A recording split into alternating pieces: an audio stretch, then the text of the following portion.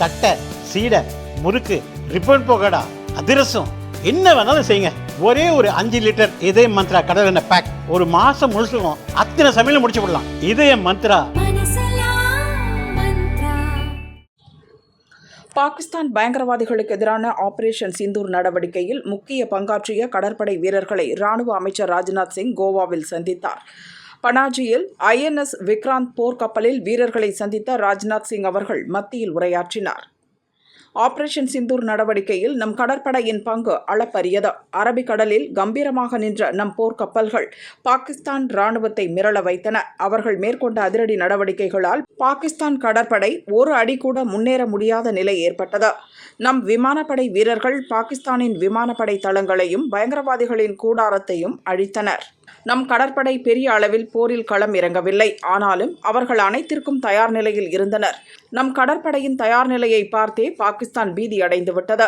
1971 நம் கடற்படை போரில் களம் இறங்கியதால் ஒன்றாக இருந்த பாகிஸ்தான் 2 நாடுகளாக பிளவுற்றது. ஆபரேஷன் சிந்தூர் நடவடிக்கையின் போது நம் கடற்படை தீவிர கதியில் போர் புரிந்திருந்தால் தற்போதைய பாகிஸ்தான் 4 துண்டுகளாக சிதறியிருக்கும். நம் கடற்படையின் வலிமை அத்தகையது. துல்லியம், வேகம், எதிரிகளின் செயல்பாட்டை சரியாக கணித்தல் ஆகிய அனைத்திலும் நம் வீரர்கள் சிறப்பாக செயல்பட்டனர். கடற்படை வீரர்கள் எப்போதும் தயார் நிலையில் இருங்கள். எப்போதும் பயிற்சியை கைவிடாதீர்கள். நம் வீரர்களின் பயிற்சியே பாகிஸ்தானுக்கு மிரட்சியை அளித்துவிடும். இதுவரை நடந்தது அனைத்தும் வெறும் முன்னோட்டமே. இதற்கு மேல் பாகிஸ்தான் மீண்டும் வாலாட்டினால் அந்த நாட்டின் கதி என்ன ஆகும் என்பதை கடவுள்தான் அறிவார். ஏனென்றால் இனி சண்டை வந்தால் கட்டாயம் கடற்படை தீவிர கதியில் களமிறக்கப்படும் என ராஜ்நாத் சிங் கூறினார். साथियों, एक बहुत ही दिलचस्प बात यह है कि पाकिस्तान भी आपके शौर्य से भली भांति वाकिफ है।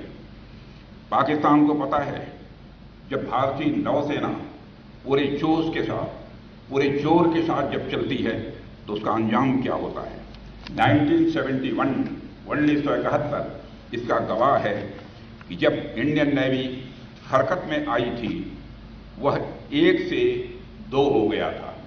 मैं पाकिस्तान की बात कर रहा हूँ। जब हमारी इंडियन नेवी हरकत में आई थी तो पाकिस्तान 1 से 2 हो गया था।